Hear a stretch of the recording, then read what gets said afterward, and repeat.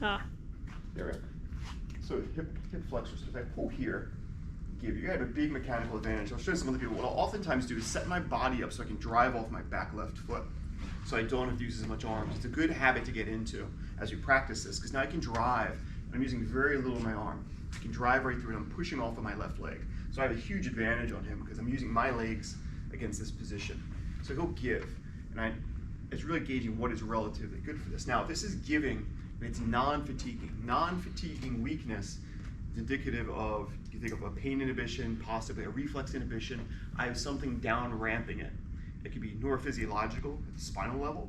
It could be a stability issue somewhere along the chain, whether it's the hip or SI joint. So I can come in and do is I can come in here and try and stabilize the SI joint just by pushing down on some simple hold here, and I'll pull, and he does a better job. So me pushing down on the SI joint improves his stability. Go in here, let's go, and I go through him. So don't get, as you do this, start to think about stability and biomechanics. And we're really going to start rolling into biomechanics, but can you do it? Now what I want you to do is, again, pelvic floor contraction for me. Then up.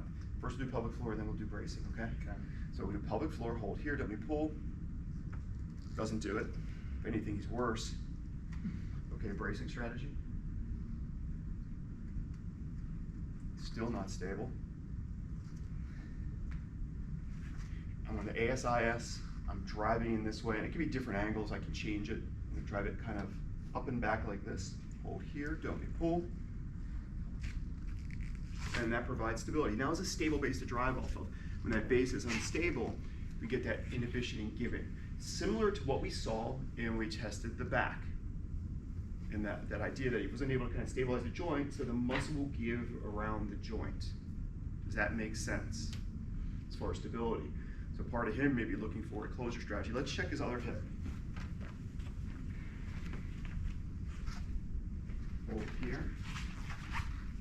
Similar. Again, many times you have a big advantage. This is probably just normal. This is probably not something of consequence that oh, I really need to fix this.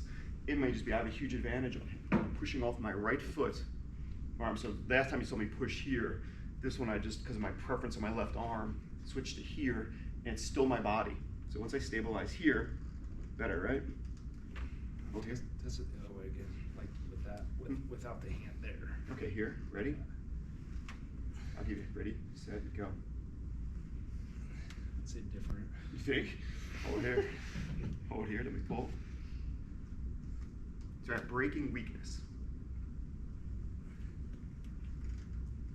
Hold here, ready?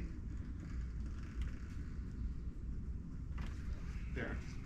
So I have a stabilization issue there. So other tests we can use, and we may get into that a little later on. I can do active straight leg raise, look at the stabilizing strategy across this hip.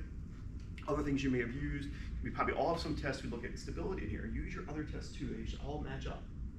But as I test him and I see this, I'm gonna go through this and I'll note this. Then I'm gonna move on to other muscle groups to collect my information. But it's just nice to note that when I have something that is slightly an outlier, I'll come back to it because that's that subtle piece of information after we've looked at his back that we may need to kind of correlate. Okay, he's not getting a stable position, so do I need to work on some type of stability so that he can set that, and he should be able to do that because he should be able to hold that, okay?